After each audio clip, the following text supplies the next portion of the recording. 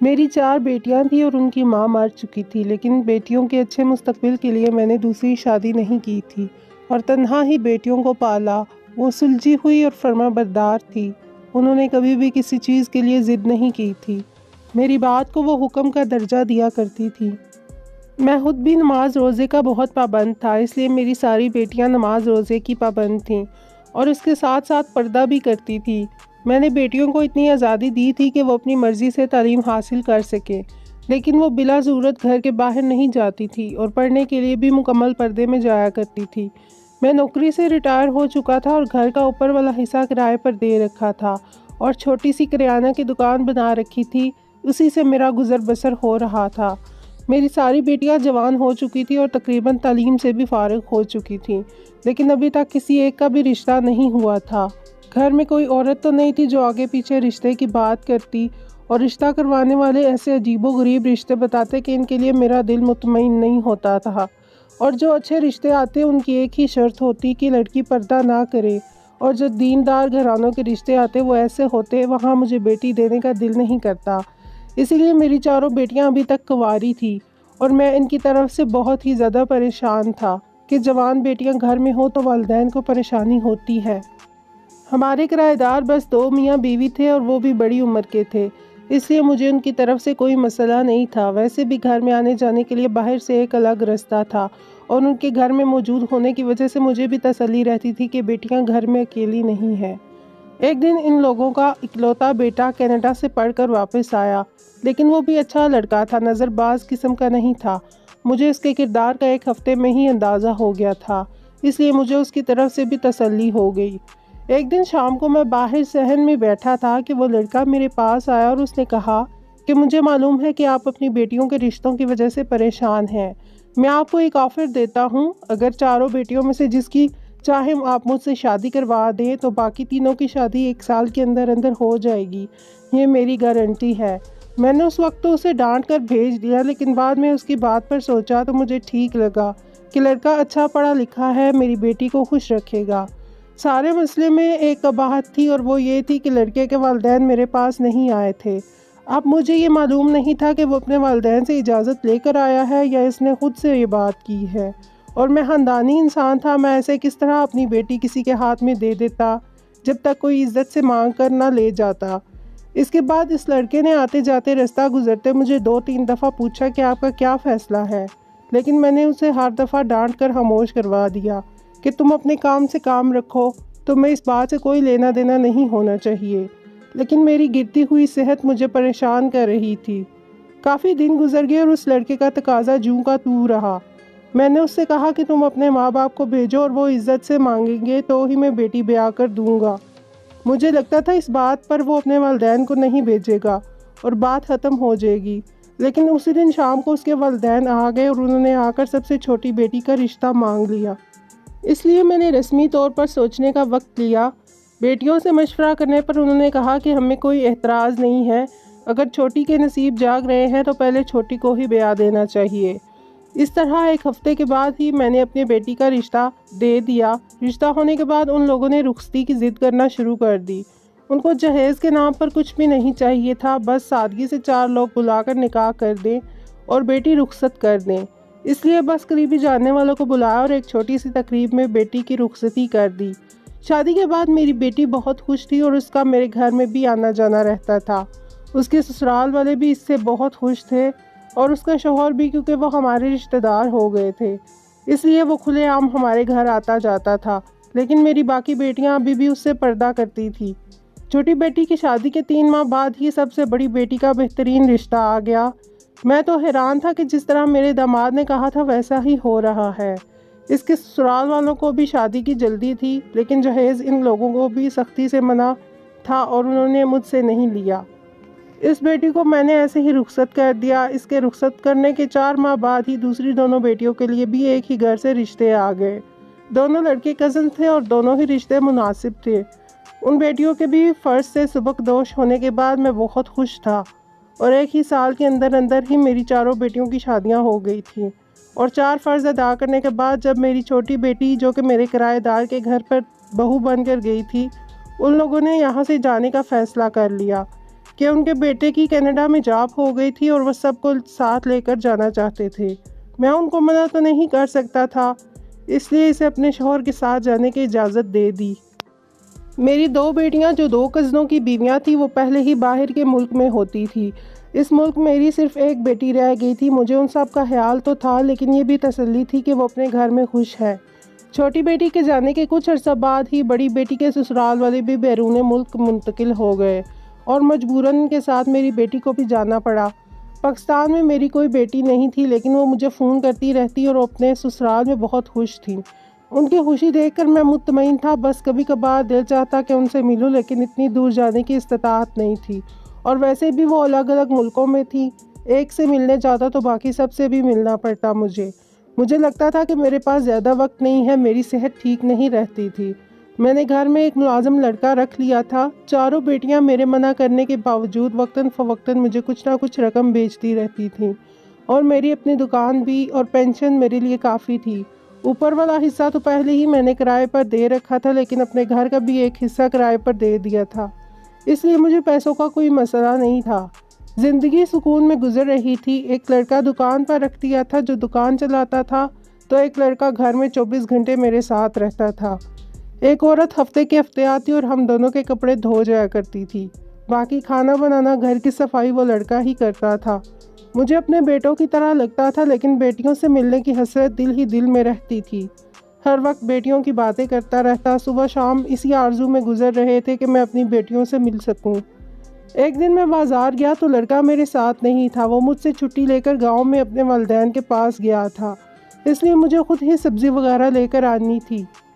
وہاں مجھے میرے پرانے دوست مل گئے، ان کے پاس تھوڑی دیر بیٹھا، تھوڑی دیر اپنی دکان پر بیٹھا تو صحت تھوڑی بہتر ہو گئی۔ نہ جانے من میں کیا سمجھا کہ میں بڑی مارکیٹ کی طرف نکل گیا۔ میں اس مارکیٹ کی طرف جانے سے کتراتا تھا، ایک تو رش بہت ہوتا تھا اور دوسرا وہاں سارے بڑے بڑے مال تھے جو ہماری پہنچ سے باہر ہوا کرتے تھے، لیکن اب جانے کی ایک وجہ تھی کہ میں اس لڑکے کے لیے اچھے کپڑے خریدنا چاہتا تھا جو گھر پر چھوڑ کر میری خدمت کر رہا ہے، لیکن مجھے کیا معلوم تھا میرا اس مارکیٹ میں جانا ہی عذاب بن جائے گا۔ میں مارکیٹ میں داخل ہوا تو مجھے شک گزرا جیسے میں نے اپنی بیٹی کو دیکھا ہو، لیکن مجھے اپنا وہم لگا کہ میری تو کوئی بیٹی پاکستان میں ہے ہی نہیں۔ میں وہم سمجھ کر آگے بڑھ گیا، لیکن خدا کا کرنا ایسا ہوا کہ جس مال میں میں داخل ہوا وہاں میری چاروں بیٹیاں کھڑی تھی، اور ان کے ساتھ وہی لڑکا جو میری سب سے چھوٹی بیٹی کا شوہر تھا وہ کھڑا تھا۔ پانچوں کے پانچوں کسی بات پر کہکا لگا کر ہنس رہے تھے۔ میں تو اپنی بیٹیوں کو ایسے پاکستان میں دیکھ کر دنگ رہ گیا تھا۔ مجھے شدید غصہ آیا کہ اگر وہ پاکستان آئی بھی ہیں تو سب سے پہلے مجھ سے ملنا چاہیے تھا، لیکن وہ ایسے مالز میں گھوم رہے ہیں اور اپنے باپ سے ملنے نہیں آئی۔ لیکن اس کے علاوہ ایک اور چیز تھی جس نے مجھے روک لیا کہ میں ان کو آواز دوں۔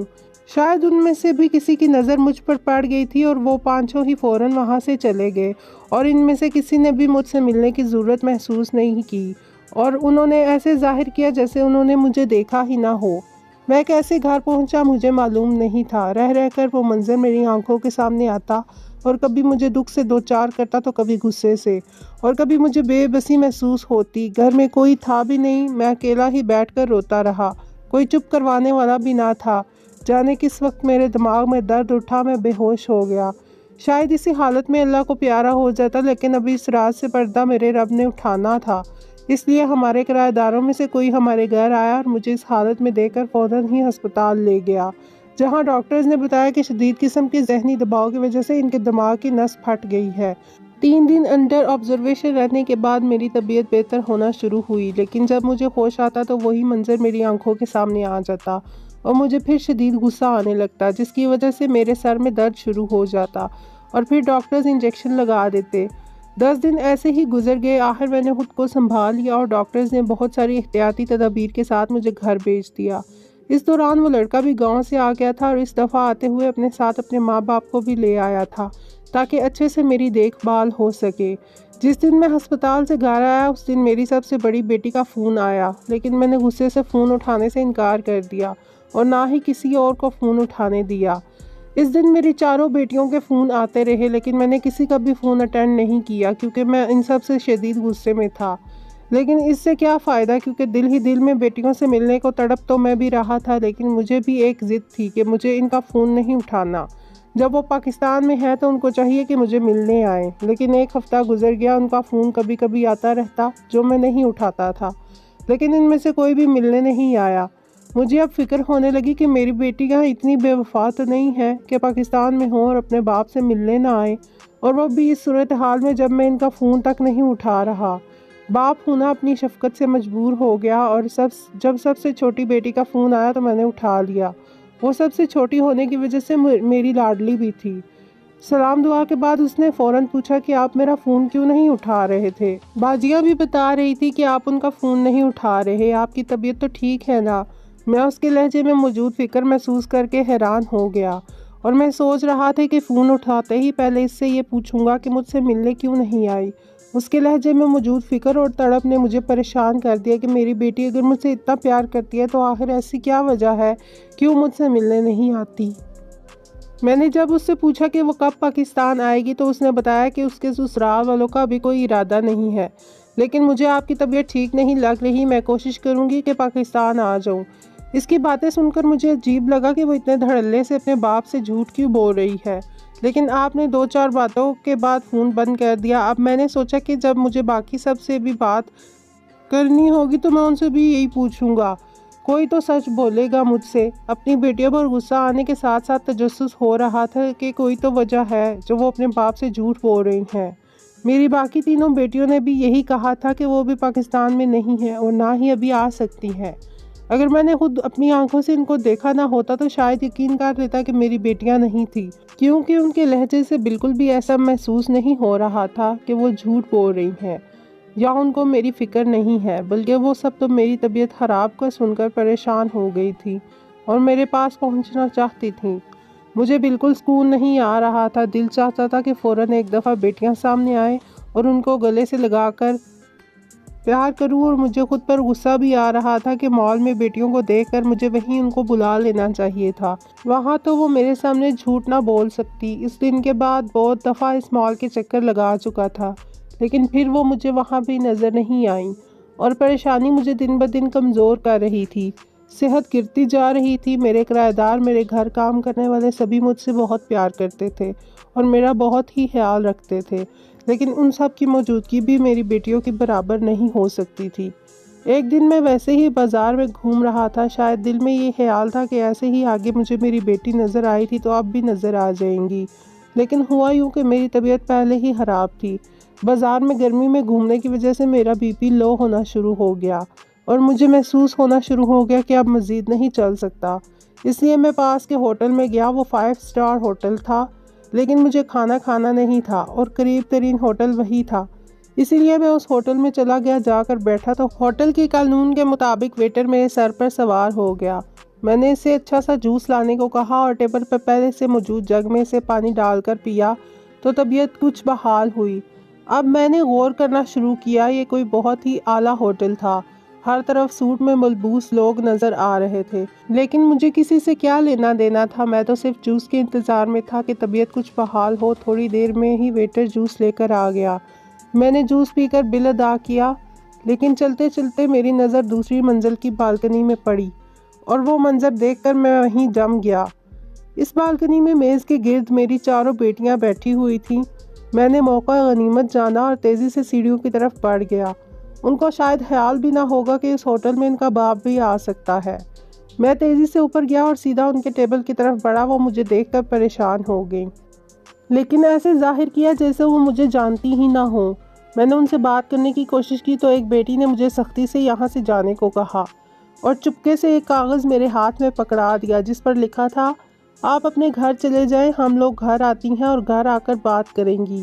انہوں نے آنکھوں ہی آنکھوں میں وعدہ کیا کہ وہ ضرور آئیں گی اور آج ہی آئیں گی۔ میں جلدی سے گھر چلا جاؤں۔ میں خوشی خوشی گھر آیا۔ اب میں بے چینی سے انتظار کر رہا تھا۔ تھوڑی دیر بعد ایک ٹیکسی سے 2 بیٹیاں آئیں۔ انہوں نے مکمل برقع لیا ہوا تھا۔ ان کے آنے کے 10 منٹ بعد ہی دوسری ٹیکسی آئی اور اس میں میری دوسری دونوں بیٹیاں بیٹھی ہوئی تھیں۔ وہ بیٹیاں جنہوں نے ہوٹل میں مجھ سے اجنبیوں والا سلوک کیا تھا، وہ آتے ہی مجھ سے لپٹ گئیں اور رونے لگیں۔ مجھے سمجھ نہیں آ رہی تھی کہ میں اب ان سے کیسا سلوک کروں، کیونکہ میں ان سے غصے میں تھا، لیکن جس طرح وہ مجھ سے لپٹ کر رو رہی تھی مجھے یوں لگ رہا تھا جیسے اپنے باپ کے سینے سے لگ کر اپنی بے بسی کا اظہار کر رہی ہوں۔ بہت دیر بعد جب جذبات تھوڑے کم ہوئے، سب کو پانی پلانے کے بعد میں نے ان سے پوچھا کہ یہ سب کیا سلسلہ ہے، وہ پاکستان میں ہوتے ہوئے بھی اپنے باپ سے ملنے کیوں نہیں آتی، اور وہ پاکستان میں کیوں ہے جبکہ ان کے سسرال والے باہر ہوتے ہیں۔ انہوں نے کہا کہ آپ سمجھ لیں کہ آپ کی بیٹیاں باہر ہی ہوتی ہیں، ہم جان بوجھ کر آپ سے ملنے نہیں آتی تھی کیونکہ اس صورت میں ہم آپ کی جان کو خطرے میں نہیں ڈال سکتی تھی، لیکن آج آپ کو دیکھنے کے بعد خود پر قابو نہ رہا اور مجبوراً ہمیں یہاں آنا پڑا۔ اب اس کے بعد آپ کے ساتھ کیا ہوگا ہم کچھ نہیں کہہ سکتی۔ مجھے ان کی بات سن کر عجیب لگا کہ ایسی بھی کیا بات ہے اور ایسی بھی کیا بات کر رہی ہیں، اور آخر بیٹیوں کو اپنے باپ سے ملنے سے ایسی کیا قباحت ہے کہ میری جان کو خطرہ لاحق ہو جائے گا۔ اس کا جواب ان سب کے پاس ہی تھا، اس لیے میں نے ان سے ہی پوچھ لیا کہ آخر کیا بات ہے۔ وہ بھی ایک دوسرے کی طرف دیکھ رہی تھی، شاید بتانے کی ہمت کسی میں نہیں تھی۔ آخرکار سب سے بڑی بیٹی ہمت کر کے بولی کہ آپ کو یاد تو ہوگا ہمارے گھر میں جو کرایہ دار رہتے تھے ان کے بیٹے سے چھوٹی کی شادی کی گئی تھی، اور اس نے کہا تھا کہ 1 سال کے اندر آپ کی ساری بیٹیوں کی شادیاں ہو جائیں گی۔ میں نے کہا مجھے یہ بات اچھی طرح سے یاد ہے، تو اس نے کہا کہ بات کچھ ایسی ہے کہ ایک دن ہم چاروں صحن میں بیٹھی ہوئی تھی تو اوپر سے اس کی نظر ہم پر پڑ گئی، اور ہماری خوبصورتی کو دیکھ کر اس نے پلان بنایا تھا۔ ہم کیونکہ مکمل پردے میں رہتی تھی اس لیے ہمارے ارد گرد کے لوگوں نے بھی ہمیں نہیں دیکھا ہوا تھا، کوئی رشتہ دار تو ہمارا تھا ہی نہیں، دوستیں جو تھی وہ بھی کالج یونیورسٹی تک ہی تھی، کوئی بھی ایسی دوست نہیں جو ہمیں گھر تک جانتی ہو۔ اس لڑکے نے 1 ہفتے کے اندر ہماری ساری معلومات لے لی، پھر اس نے پلان بنایا اور آپ کو رشتہ کروانے پر مجبور کرنے لگا۔ لیکن جب آپ نے اپنی ایک بیٹی کا رشتہ دیا تو اس کے یکے بعد دیگرے ہم تینوں کی شادیاں ہو گئی۔ اصل میں جن سے ہماری شادی ہوئی ہے وہ سارے بھی اسی گروپ کے ممبر ہیں جو یہاں مختلف روپ دھار کر آتے رہے، اور جن لوگوں کو اپنے ماں باپ بتا رہے تھے وہ کرائے کے لوگ تھے، اور ان میں سے کوئی بھی ان کے ماں باپ نہیں تھے، اور جو ہمارے ساتھ اتنا عرصہ رہے وہ لڑکے کے حقیقی ماں باپ تھے، اسی لیے مجبور کر کے انہیں اپنے ساتھ لے گیا تھا۔ ہم لوگوں کو مختلف ممالک کا جھانسا دے کر دبئی لے گئے تھے، کچھ قصور ہمارا بھی ہے اور کچھ آپ کا بھی ہے۔ آپ نے بھی شروع سے ہم پر مذہبی معاملے میں سختی کی، قرآن، نماز، پردہ، لیکن کبھی آپ نے ہمیں یہ نہیں بتایا کہ پردہ نہ کرنے کے کیا نقصانات ہیں۔ آپ نے صرف حکم دیا اور ہم نے اس کو مان لیا تھا، لیکن اس کو اپنے دل میں راست نہیں کیا تھا۔ ان کو شاید ہماری کمزوری کا علم ہو گیا تھا، اس لیے سب سے پہلے تو انہوں نے ہمیں ماڈلنگ اور ایکٹنگ کا جھانسا دیا تھا۔ وہاں ہمیں یہ ڈر تو نہیں تھا کہ ہمیں کوئی پہچان لے گا، کیونکہ آپ ٹی وی دیکھتے نہیں تھے، اس لیے ہمارا کیریئر شروع ماڈلنگ سے ہوا، کیونکہ ہم لوگ ایک جیسی شکل و صورت کی تھی اور قد میں بھی ایک جیسی ہی تھی، اس وجہ سے ہم چاروں ہی بہت مشہور ہو گئی۔ ہر ڈیزائنر ہم سے ماڈلنگ کروانا چاہتا تھا، بہت سے ڈراموں اور فلموں میں بھی کام کرنا شروع کر دیا۔ ہمیں لگتا تھا کہ ہم بہت کامیاب ہو گئی ہیں، لیکن ہمیں کیا معلوم تھا کہ ہم دلدل میں اترتی جا رہی ہیں، کیونکہ ہم لوگ ماڈلنگ کے لیے اور شوٹنگ کے لیے دوسرے ممالک میں آتی جاتی رہتی تھیں، تو ہمارے ذریعے ان لوگوں نے سمگلنگ کرنا شروع کر دی تھی، جو ہمیں معلوم بھی نہیں تھا، اور ہم لوگ اتنا عرصہ سے کرتی آ رہی تھی، یہاں سے چیزیں وہاں اور وہاں سے یہاں، اور ہمیں کبھی احساس بھی نہیں ہوا کہ ایک دن مجھ سے بیگ کھل گیا اور مجھے معلوم ہوا کہ میرے بیگ میں تو ہیروئن ہے، وہ بیگ جو مجھے فلم کے ڈائریکٹر نے دیا تھا کہ دوسرے ملک میں جا کر تم نے وہاں کے پروڈیوسر کو دینا ہے۔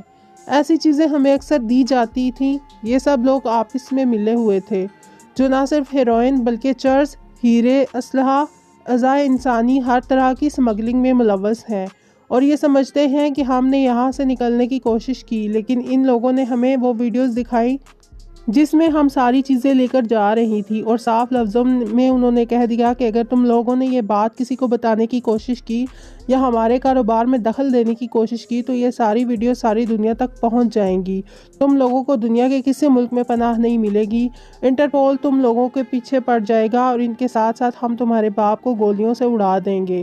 وہ چاروں تو آپ کو جانتے تھے، پاکستان میں ایک بہت بڑا ایوارڈ شو ہو رہا ہے اور ہم اس میں شرکت کے لیے چاروں آئی ہیں، لیکن بظاہر اس میں شرکت کرنے آئی ہیں۔ اس دفعہ ان لوگوں نے کوئی بہت ہی بڑا ہاتھ مارا ہے اور شو ختم ہو چکا ہے، لیکن ہم چاروں کو مسلسل یہاں رکھا گیا ہے کیونکہ اس دفعہ نہ جانے کیا چیز ہمارے ساتھ بھیجنا چاہ رہے ہیں، اور اسی لیے ہم آپ سے صرف نہیں ملتے کیونکہ ہماری ہر وقت نگرانی ہو رہی ہوتی ہے، اگر ہم آپ سے ملے تو کہیں آپ کو نقصان نہ پہنچا دیا جائے، اسی لیے ہوٹل میں بھی آپ لوگوں سے اتنا عجیب برتاؤ کیا، اور اس دن مال میں بھی آپ کو دیکھ کر ہم لوگ وہاں سے نکل گئی تھی۔ میں بیٹیوں کی بے بسی سن کر حیران پریشان رہ گیا۔ میں نے کہا کہ قانون کی مدد لینی چاہیے تو انہوں نے کہا کہ نہیں لے سکتی کیونکہ قانون بھی ان لوگوں کے ساتھ ہے، نہ جانے کہاں کہاں کس کس کو پیسہ کھلا رکھا ہوا ہے انہوں نے، کیونکہ ایئرپورٹ پر سیکیورٹی والے بھی بغیر چیک اپ کیے سامان آگے بھیج دیتے ہیں۔ بہت سی جگہوں پر پولیس ناکے تک میں ان کے سامان کو چیک نہیں کیا جاتا، اگر چیک کیا جاتا تو وہ لوگ اسی وقت رنگے ہاتھوں پکڑی جاتی۔ اب کس پر اعتبار کریں اور کس پر نہ کریں، اب کسی پر اعتبار ہی نہیں ہے، کس کو بتائیں جو ہے جیسا ہے ویسا نہیں ہے۔ اس وقت وہ چاروں مجھ سے مل کر چلی گئیں اور انہوں نے بتایا کہ بڑی مشکل سے نگرانی کرنے والوں کو دھوکہ دے کر نکلی ہیں، اس لیے زیادہ دیر تک یہاں نہیں رہ سکتی۔ میں بھی ہوٹل میں ان کے حلیے دیکھ کر پریشان ہوا تھا، لیکن اب مجھے ان کے حلیوں کی بھی سمجھ آ گئی تھی، اور میرے ذہن میں جو اپنی بیٹیوں کے لیے نفرت اور غصہ پیدا ہو گیا تھا اب ہمدردی میں بدل گیا تھا۔ وہ تو مجھ سے مل کر چلی گئی، لیکن میں باپ تھا کیسے ہاتھ پر ہاتھ رکھ کر بیٹھا رہتا۔ میں نے اپنی زندگی کی ساری تعلقات کو استعمال کیا اور قانون تک سچائی پہنچانے کی کوشش کی، لیکن جو میری بیٹیوں نے کہا تھا وہی ہوا، الٹا مجھ پر اور میری بیٹیوں کو ہی دھمکیاں ملنے لگیں۔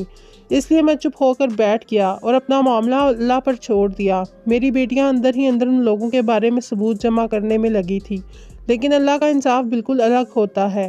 اس گروہ کے اندر ہی بغاوت پیدا ہو گئی اور وہ 2 گروہ میں تقسیم ہو گیا۔ دونوں گروہوں نے باری باری قانون کو ایک دوسرے کے خلاف ثبوت دیے۔ میری چاروں بیٹیاں وعدہ معاف گواہ بن کر بری ہو گئی اور انہوں نے جو ثبوت جمع کیے تھے وہ سارے عدالت کو دے دیے اور مجرموں کو سزائے موت